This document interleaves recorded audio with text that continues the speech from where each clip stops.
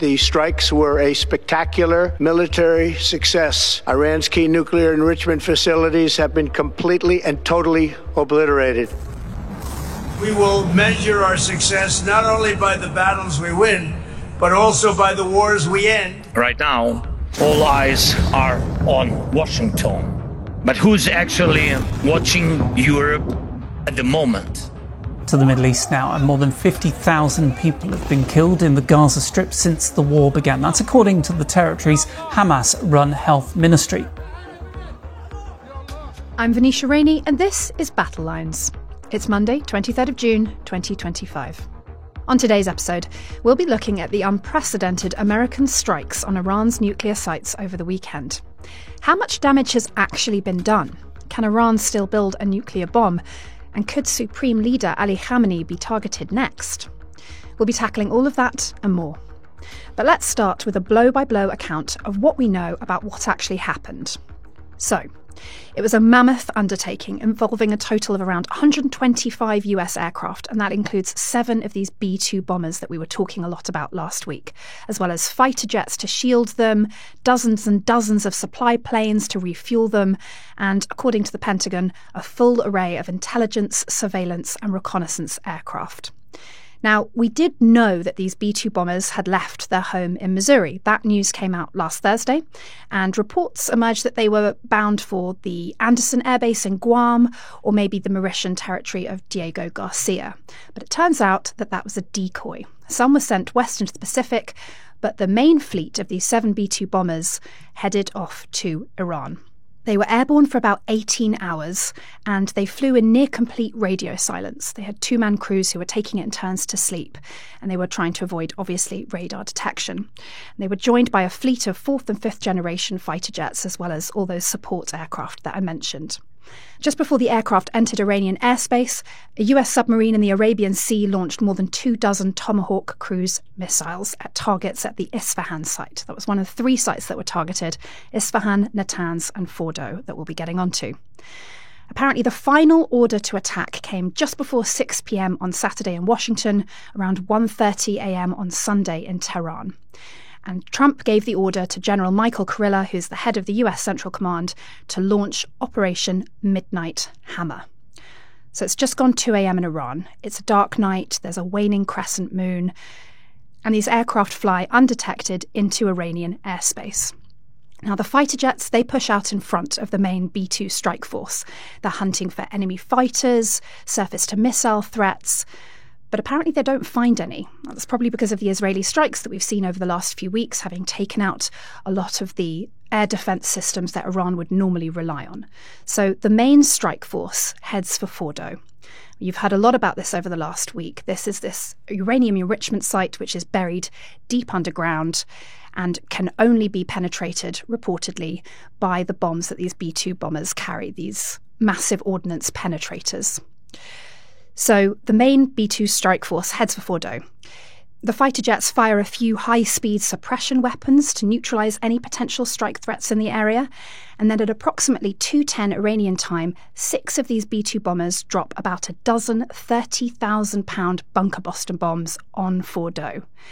Each of these aircraft carry 2 of these massive ordnance penetrators that we've been talking a lot about over the last few weeks. And as we've mentioned, they are the largest and the most powerful conventional bombs in the US arsenal. They're also the world's heaviest conventional bombs. Each one weighs as much as about 3 adult African elephants. Fordo shielded by half a mile of rock, so that's the power that's needed to try and penetrate. Now, reportedly, these bombs were dropped on tunnel entrances and ventilation shafts, where they had the most chance of getting through and incapacitating the facility. And the US military planners adopted what's called a sequential penetration strategy. So they drop the first bomb, and then a second bomb from the same aircraft is programmed to hit the same point of impact to try and compound the damage and burrow as deep as possible to reach what the first explosion can't reach, this innermost core of the facility. So while this is all happening, a second strike group has peeled off to attack Natanz. This is the other enrichment site. It's previously been hit by Israel. That's a single B-2 bomber. He drops 2 more bunker busters on Natanz in an attempt to obliterate the subterranean infrastructure there. Shortly afterwards, US submarines launch 30 Tomahawk land attack missiles at both Natanz and the third site, Isfahan. So in total, 14 massive ordnance penetrators are dropped on these two target areas, along with 61 other precision-guided weapons. Now, with Iranian air defences apparently crippled by previous Israeli strikes, the B-2s and all of their supply aircraft and fighter jets, they leave the country's airspace just as silently as they arrived, completely unchallenged the whole way, according to the Pentagon. This would have been a nightmare scenario for Trump, obviously, if they lost a strategic bomber or a fighter jet, but nothing like that happens. Here's Defense Secretary Pete Hegseth talking about the attack on Sunday morning. Our B-2s went in and out and back without the world knowing at all. In that way, it was historic.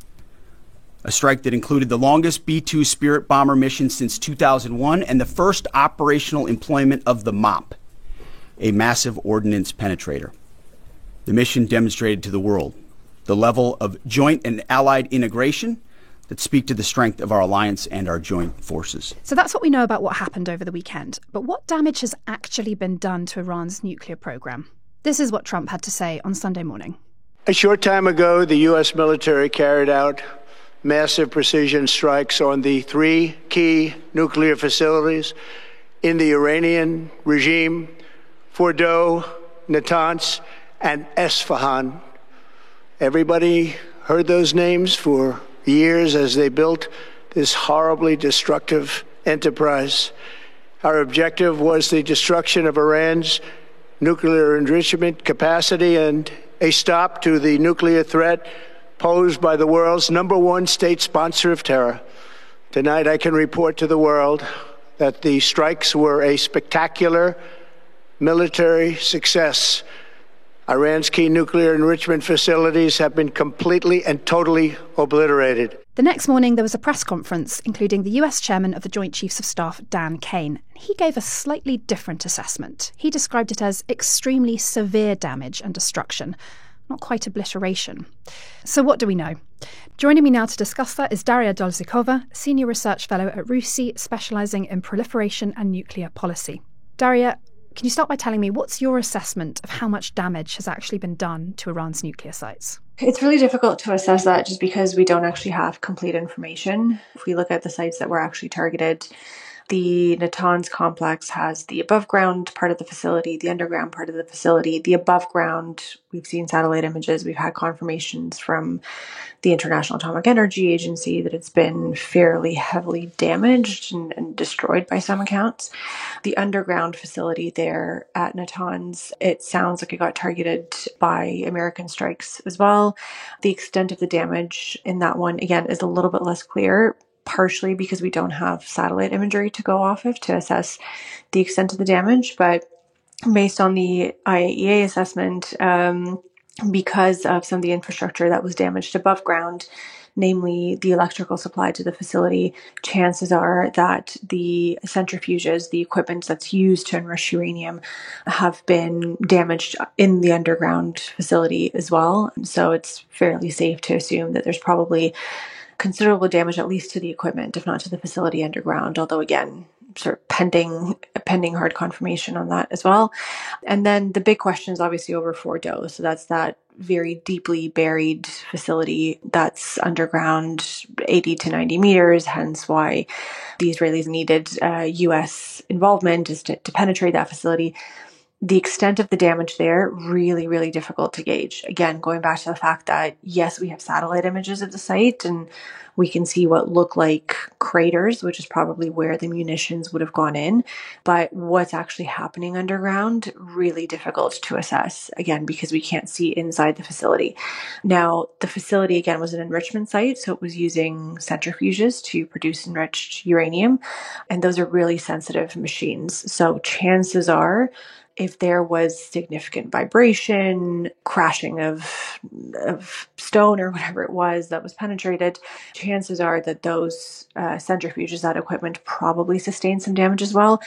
But again, a little bit speculative because we don't actually have an assessment of what's going on down there. And frankly, what was down there, whether the Iranians had moved some things out in advance of in anticipation of American attacks. And what about Isfahan? Isfahan, yep. So that was targeted as well. So that's quite a large complex. It has a number of different facilities that serve a range of purposes there. Again, we have satellite imagery of that. So it's a bit of a clear picture in terms of what was damaged. So if I'm recalling correctly now, the facility that was producing uranium hexafluoride, which is the gas that goes into the centrifuges for enrichment, that was damaged. There was damage done to fuel fabrication facility there as well. But some of that damage had been sustained in previous attacks and in the Israeli attacks, not necessarily the American ones. The tunnels to the Isfahan facility had been damaged as well. And the reason why that matters is because we suspect that that's where Iran had been holding some of its enriched uranium stocks. But again, to answer your original question, how much damage has actually been done? Hard to say, because while we have had a decent amount of visibility of the Iranian program as a result of IAEA access over years to the facility, imperfect at times, granted, but still agency access to those sites, over the last week and a half, we don't really know what's been happening on the program and what material is still at the sites where we expect it to be and what material has been moved and where it is now. Yeah, as you mentioned, the Iranian officials have said that they moved a lot of the enriched uranium out of the sites in advance of this attack. How easy is that to do? The material is movable. Countries that produce nuclear fuel, they transport uranium hexafluoride, across their territory to fuel manufacturing facilities. So it is possible to move it. I mean, normally it requires specialized vehicles to make sure that material is protected, that it's moved safely. In this instance, I don't know what kind of transport vehicles would have been available to the Iranians, especially under the current conditions. So theoretically, yes, you can move UF6 safely. But again, we're talking about moving this material in what has essentially become a war zone as a result of these attacks. So it's hard to know kind of what the options were for moving that material safely.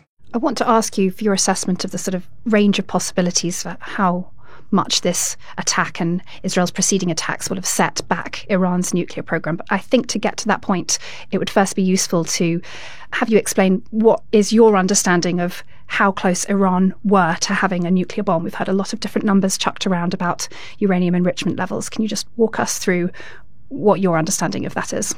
There's, I guess, three things to look at when considering, how close Iran may or may not have been to a nuclear weapon.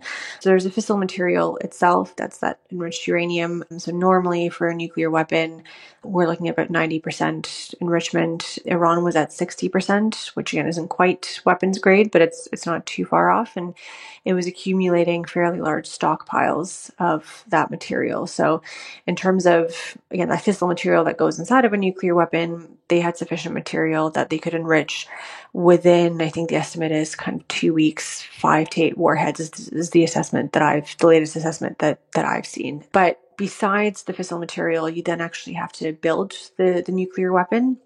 And that's where it gets a little bit more complicated because we don't have as clear of an understanding of what the weapons relevant activities or the weaponization relevant activities might have been as we do of the fissile production. So again, going off of publicly available assessments, most of them coming from intelligence community briefings, last I'd seen, we were sort of anywhere between several months to well over a year for the actual production of a nuclear weapon. And then you need to also mount it on a delivery system, etc. So Iran was probably at least some ways off. I mean, at least that's the latest assessment that was coming out of the American intelligence community, for one. And the International Atomic Energy Agency has also confirmed in the last few days that, they did not see weaponization of Iran's nuclear program as imminent. And then there's the big question of the political decision to weaponize. You can have all of the technological pieces, but if the political decision's not been made to weaponize, then, that's obviously a big part of that process. And that's where I think it's important to look at the impact of the last few days. I think it's important to look not just at what has been done to the technical capability to produce a nuclear weapon, what has been damaged, what might still be out there, but also what has it done to the political resolve? What has it done to Iran's threat perception? Has it now gotten to a point where it assesses that the only way to deter further attacks on its territory is to actually move towards weaponization? That's a really important point. Could you walk us through your analysis of those three aspects to developing a nuclear bomb, how you think that's been impacted by the attacks over the weekend and the preceding weeks? So on the fissile material, I think it's worth looking at two aspects on the capability to enrich uranium and then the actual stockpiles. So again, a lot of uncertainty on both those things. Again, just because the damage assessment is still not entirely clear on all the facilities, but by targeting the enrichment facilities at Natanz and at Fordo, those attacks will have, again, depending on the degree of the damage, will have degraded Iran's ability to enrich in future, so to produce fissile material in future. Again, the above ground facility at Natanz hosted a number of cascades there. The largest facility was the underground Natanz facility. I think it hosted something like 82 cascades underground. So quite a significant site. So if that site was damaged, like I said, we don't know what the extent of the damage is in the underground site, but because of loss of external power, et cetera, chances are that some of the centrifuges were damaged as well. So if those two facilities were damaged, again, that reduces Iran's capacity to enrich further. Same thing with Fordo. It had 13 operating cascades as of the last IAEA assessment. And critically, it was using, as at Natanz, at one of the facilities there, it was using advanced centrifuges as well, and it was enriching to 60%. Damage to those facilities, depending on what it is, will have set back Iran's ability to produce further enriched uranium. Then there's the question of the stockpile, the existing stockpile, right? So we know that Iran had amassed 400 kilograms, a little bit more than that, of highly enriched uranium. So that's uranium enriched to 20% or higher, but it was amassing enriched uranium to lower levels as well, but not quite at 20%. The extent to which that's been destroyed is unclear, again, because we don't know whether that material has been moved and where, particularly the HEU is of greatest concern. So that's on the fissile material. On the weaponization aspects, again, a bit hard to assess the damage because we don't actually know how close Iran had gotten to having all the various components of compiling a nuclear weapon. We know that they had several aspects that were working on certain parts that would be weaponization relevant, but we don't know what all the different pieces were. So it's hard to say kind of how far they've been set back. But that activity would have been happening, I'm sure, in certain instances in facilities that we might not even have been aware of, right? They might have been happening in small, secret facilities. But when I say we, I mean us in the public domain. What the Israeli intelligence services, what the American intelligence services might have known, and the extent of their access to those sites and their ability to set those aspects of the program back is, of course, a separate question. And then there's that question of political resolve. And I think this is really where, again, as I said, we need to focus kind of assessment of what is the ultimate impact of these strikes on the Iranian nuclear program. Because all the technical stuff that I've been describing, the actual physical development, the expertise exists in Iran. This program is decades old. There's very deep indigenous expertise in Iran, so that if there is a decision, if there is a resolve to reestablish the program and reconstitute whatever capabilities have been damaged, the expertise is there. The question really hinges on what is the political resolve to do that? What is the threat assessment?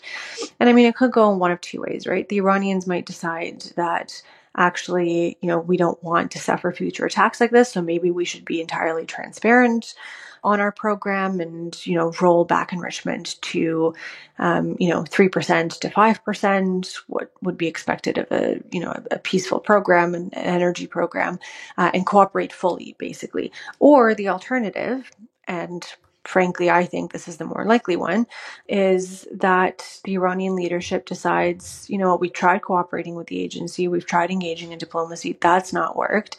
Looking at the past week and a half, the lesson that they are likely to take away is that actually the only option is for us to double down, whether that's to produce nuclear weapons or harden their defenses otherwise, debatable, but I think that's where we're really running the risk that the political resolve's been hardened while the technical capabilities have been degraded, albeit not decisively.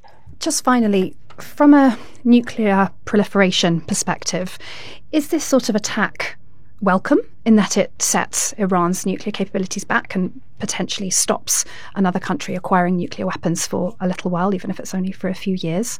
Or do you think this sets a negative example that people can start attacking each other's nuclear sites? I don't think it was ultimately productive on either of the two things that you mentioned. So on the Iranian program, as I've said, yes, it's done potentially significant damage, depending on what the actual practical damage has been on the ground to the capabilities. But again, I think we run the very high risk of strengthening Iranian resolve to reconstitute and move the program ahead. So I'm not sure that I would call this necessarily, in the long term at least, a counter-proliferation win on the Iranian nuclear file. More broadly, in terms of the precedent that it sets for proliferation and potential would-be proliferators, yes, it might deter some would-be proliferators from pursuing a nuclear program if they feel that they're going to be attacked. But I think the alternative way to look at this is that countries that might be considering, moving ahead with not necessarily a nuclear weapons capability just yet, but a threshold capability, right? One that they could eventually weaponize. Having looked at Iran's experience, they might look at this and say, why would we declare our facilities to the International Atomic Energy Agency? Wouldn't we be better off doing all of this in secret, making sure that these facilities are not known and not monitored, and move ahead that way? And I think more broadly, obviously, it sets, not a particularly great precedent to be attacking facilities that, yes, we're, at a threshold capability, but we're not an imminent direct threat just yet, certainly not to the United States. I don't think anybody was saying that Iran was going to develop a nuclear weapon next week or even 2 weeks from now. So I think more broadly, in terms of international norms, it sets a bad precedent. Thanks so much for joining us. That's Daria Dolzikova, Senior Research Fellow at RUSI. Coming up after the break, what will Israel do next? And could Iran's supreme leader, Ali Khamenei, be assassinated?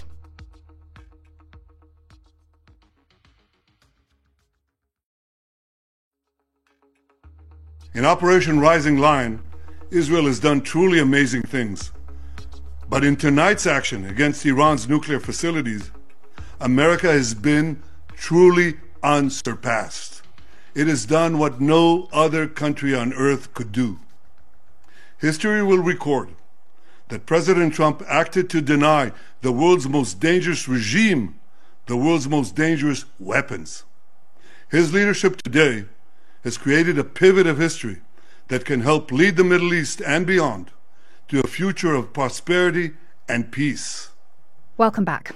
That was Israeli Prime Minister Benjamin Netanyahu speaking over the weekend after the US strikes. Those strikes by the US are part of a broader war that began when Israel launched a surprise attack on Iran on June 13th. Since then, both countries have been trading missiles and hundreds of civilians have died. In Iran, more than 800 people have been killed, according to the Iranian human rights activist news agency. In Israel, 24 people have been killed, all of them in the early days of the war. Hundreds more in both countries have been injured, including in fresh strikes over the weekend. So what will Israel do next? And what does victory look like in its war with Iran? I'm joined now by Dr. Shani Moore, a senior research fellow at the Britain-Israel Communications and Research Centre and a lecturer at Reichman University in Israel. He's also a former foreign policy director at the Israeli National Security Council. Shani, welcome to Battle Lines. I want to start by asking you, why do you think this strike happened now? We heard about Trump's 2-week window last week, but this seems to have happened quicker than expected. I think the thing that was holding up an American operation in Iran was making sure that the airspace was completely clear. Once the IAF, the Israeli Air Force, was able to definitively get rid of any kind of anti-aircraft fire that could threaten the American planes, then the coast was clear.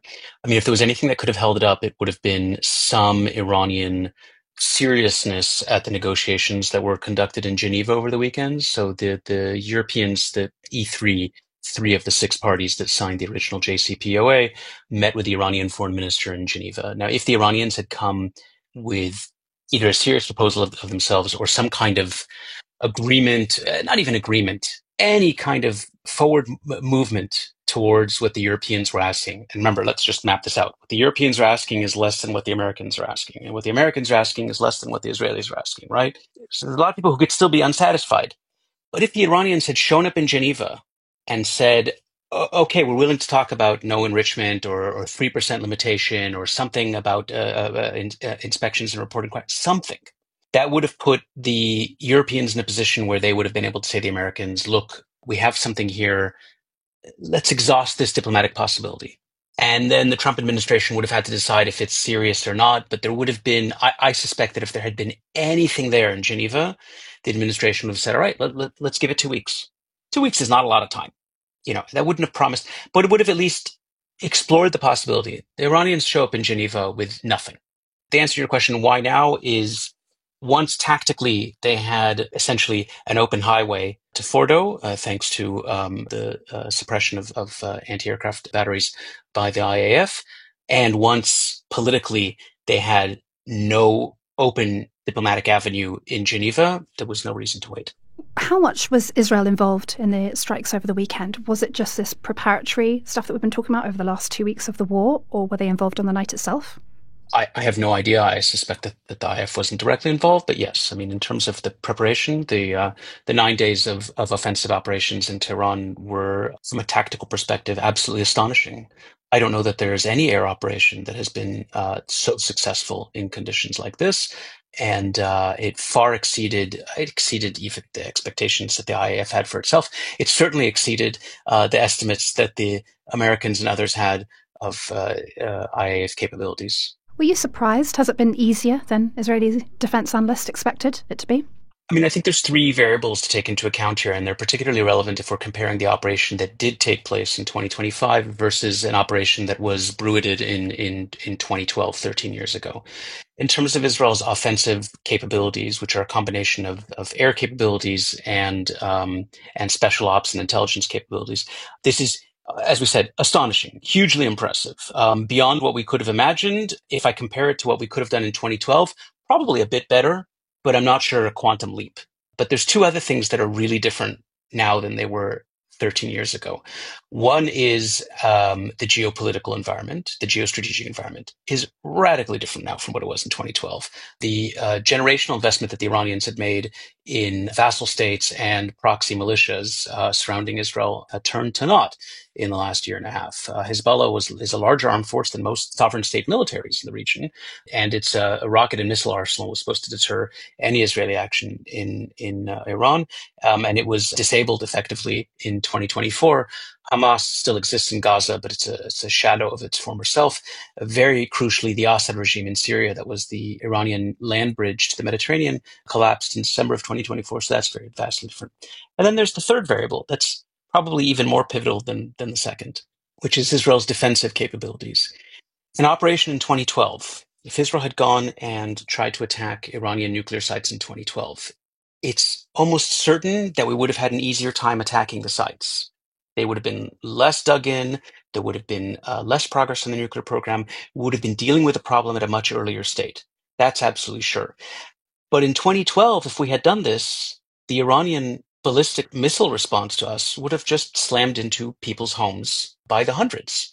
At the time, the estimates were of hundreds, if not of thousands, of civilians killed. We did not have at the time Iron Dome. Iron Dome is relevant for the Iranian ballistic missiles. We didn't have an Iron Dome either, but we didn't have the other anti-missile systems that we've seen work now. Not the Arrow in its various iterations, nor the David Sling system. In other words, we might have had an easier time of doing damage to the Iranian nuclear program because it would have been 13 years behind what it is now. But the cost to Israeli civilians and strategic infrastructure would have been enormous. And by the way, the cost to Israeli aircraft might have been bigger too. Today, we're operating freely in what is a one-way aerial highway between Israel and Iran, thanks to the collapse of Iranian proxies in Lebanon and in Syria, and thanks to the Israeli operation in October 2024, which destroyed much of the Iranian anti-aircraft system. And the home front is protected. Now, you can see the pictures of damage here. When a missile gets through, these are not Hamas rockets. They cause devastation. The civilian casualties in Israel have been limited. We've had 25 civilians who died and no combatants who died. They're limited because everybody's in shelters, because we have this handy app that tells you with a certain amount of time where you need to go and things like that. And in particular, because most of these missiles aren't getting through. Fewer than 10% do, and the fewer than 10% do cause an enormous amount of damage. Now that we didn't have in 2012. Going back to what happened over the weekend, what's your assessment of how much damage has actually been done to Iran's nuclear program? I haven't read any BDAs, any bomb damage assessments. I don't know that they're produced yet. I haven't scanned any satellite images. I'm not sure you would want my non-existent expertise on those things. But based on what I hear and what I've read, it would seem that there was a significant amount of damage. Again, this is your question, I think, is asking about the American operation. The American operation succeeded in hitting places that we lack the munitions and the delivery capacities for the munitions to do on 3 crucial sites. If the estimates that we're hearing are correct, this would set the Iranian nuclear program back 10, 15 years at a minimum. But it's not just 10, 15 years. The Iranians are in a place that's very similar to where Hezbollah is after the ceasefire in 2024, just writ large, which is it's not just that they've been set back, it's that their enemies, which are Israel and the United States, can now freely operate over their skies and continue to set them back with each move that they make to reconstitute their nuclear program. How important was it for Israel for the US to be involved? As you mentioned, Israel's been doing a lot of this work already, lacked munitions to attack some specific sites and cause some specific damage. Right. So it's a dilemma from the Israeli perspective. I think there was many good reasons why Israel would prefer for the entire thing to be just, as we say here, blue and white. I think there are some important political and geostrategic reasons why it's important that de facto non-proliferation regime that's been in the Middle East since 1981, since Israel took out the Iraqi reactor in Osirak, is seen as an Israeli operation. I think that has some importance to it. It's possible to exaggerate that importance because, of course, all of that blue and white firepower is purchased and supported by the United States anyway. The fact that the U.S. does come in on a war that Israel initiated has some benefits as well, in terms of the message that it sends about Israel's alliances to anyone in the region. And as you suggested in your question, tactically, it's crucial. Or not crucial, but it helps a lot. The definitive damage to these 3 sites, and to one in particular, was not something that Israel had the capacity to do from the air. So it obviously helps. It shortens the war. It has a certain possible psychological cost in prestige and deterrence, but with another possible psychological benefit. It's hard to ignore the broad smiles on the faces of some of Israel's decision makers. So I suspect that they think it is overall a good thing, or they're putting on a very good act. What do you think are the options now for Iran in terms of how it might respond? And is there any concern in Israel that Iran might try to attack Israel's nuclear sites? I know Israel has never publicly acknowledged that it has nuclear weapons, but is widely considered to have them. The best thing Iran can do right now, the absolute best thing it can do, which it probably won't do, is to come to the negotiating table with the P5+1 or the E3+3, however you want to call it. It adds up to 6 either way. To come to the negotiating table and sign a good deal for the limitation on its nuclear facilities. Such a deal would include strict limitations on enrichment, on weaponization, on its ballistic missile program, something that was not included in the JCPOA.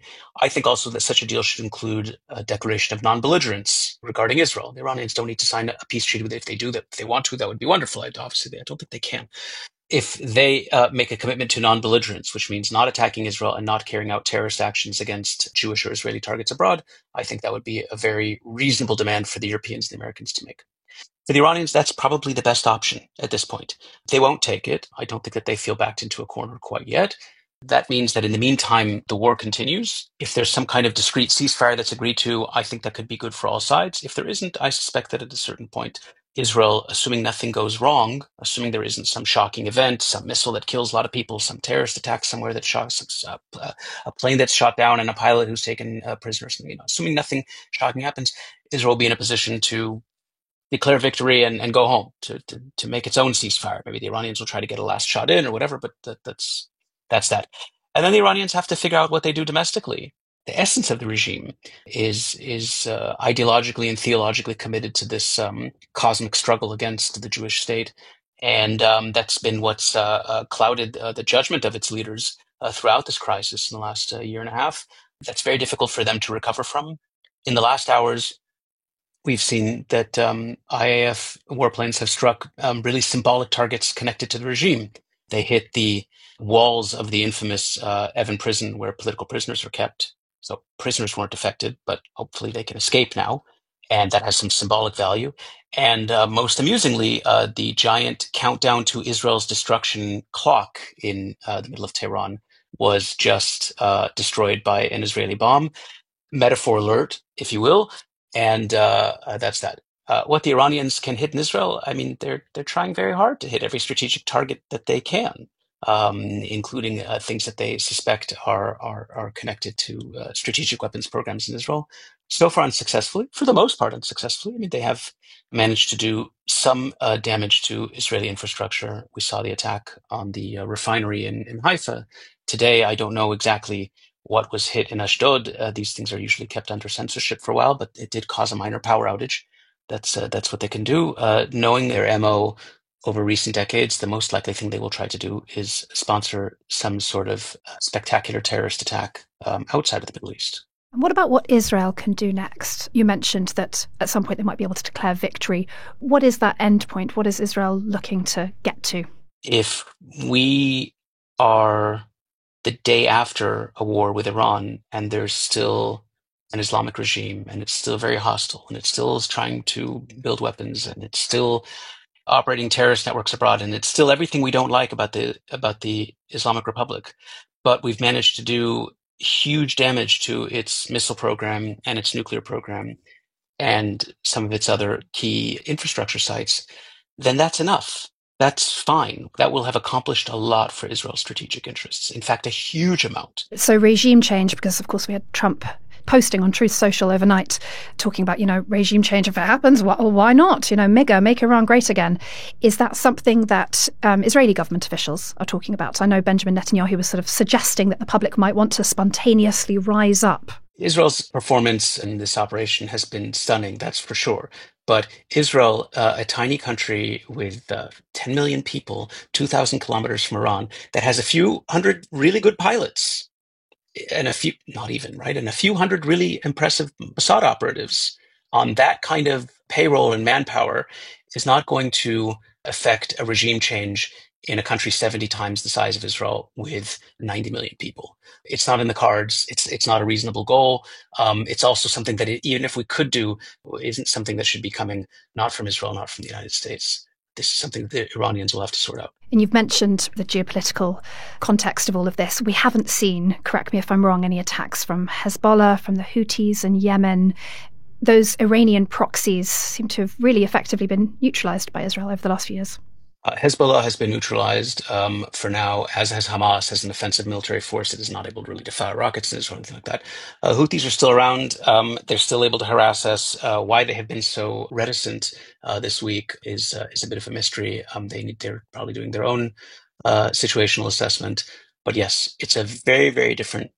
It's a radically different geopolitics. I mean, the map of the Middle East, the colored checkerboard of this region looks nothing like it did on the morning of October 7th. Just finally, how do you see this evolving in the next few weeks? I tend to avoid making predictions because nothing can go right when you do. I have no idea where this is going to go. I think there's been a huge achievement. The Iranian ring of fire or axis of resistance has been definitively broken. Now would be a wonderful time for what's left of the Iranian regime to come to a serious nuclear agreement with the superpowers if they choose to do so. I hope they do. I'm skeptical that they would. And now would also be a very good opportunity for the moderate Arab states, the ones that are already aligned with the United States, to sign peace treaties with Israel. And at any time, now, yesterday, at any point in the last 600 days, would be an excellent time for Hamas to release the hostages, surrender its weapons, bring an end to the catastrophic war in Gaza, which they initiated on October 7th. It's always a good time for that. Dr. Shani Moore, Senior Research Fellow at the Britain-Israel Communications Research Centre. Thank you very much for joining us on Battle Lines. Thank you so much for having me. Now, Israelis might not be explicit about the prospect of regime change in Iran, but Trump, posting on Truth Social overnight, was.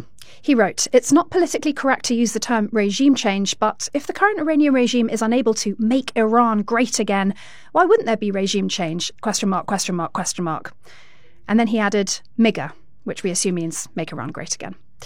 I'm joined now in the studio by my co-host, Roland Oliphant. Roland, you wrote an excellent piece on The Telegraph about how vulnerable the Supreme Leader Ali Khamenei is right now, which we'll post in the show notes. Give us your briefing. Is he at fear of his life right now? I mean, I suppose he probably is. I don't know where he is. The Americans have said they know where he is.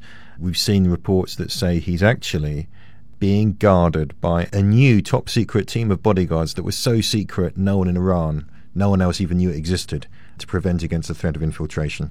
And one of the things that will be going through his head, and is definitely going through the heads of actually all Iranians I've spoken to, is this question of just how far they've been infiltrated. Because this operation from the beginning, from the start of the Israeli operation more than a week ago now, it was absolutely clear that they had very high-level penetration. Very, very good access, which suggests that, they wormed their way in. Israeli intelligence has wormed its way into quite high levels within the regime, and that's got to make you nervous, right? Who can you trust? The other thing to remember about Ali Khamenei is that he has been in power for 38 years. He's got a really good track record of surviving really, really grave crises. So it's absolutely not a foregone conclusion that he is going to fall. Which I think actually presents a real big issue for the Americans and the Israelis here, because it's looking more and more like they seem to be assuming the end game of this campaign will be a collapse or a change of regime. It's not guaranteed that's going to happen. He systematically crushed his internal rivals. That is something that means looking over your shoulder, thinking about who might be out to get you, so on and so forth. So yes, absolutely, I think he will be feeling somewhat vulnerable. I think he will be looking over his shoulder, and you'll have seen there was a new report, I think in The Atlantic the other day by Arash Azizi, getting much more specific about the kind of discussions that are going on amongst certain people in the regime or high-placed Iranians, talking about whether we can move him aside. Because I guess the examples of two of his mates, should we say, in the region are not particularly encouraging. Hassan Nasrallah, taken out by an Israeli bomb in Lebanon, and Bashar al-Assad, ousted by a jihadist group in Syria, and he fled to Russia. Is there any sign of a popular uprising in Iran against the regime? Not that I can see, with the obvious caveat that I'm not in Iran. My Farsi is next to non-existent.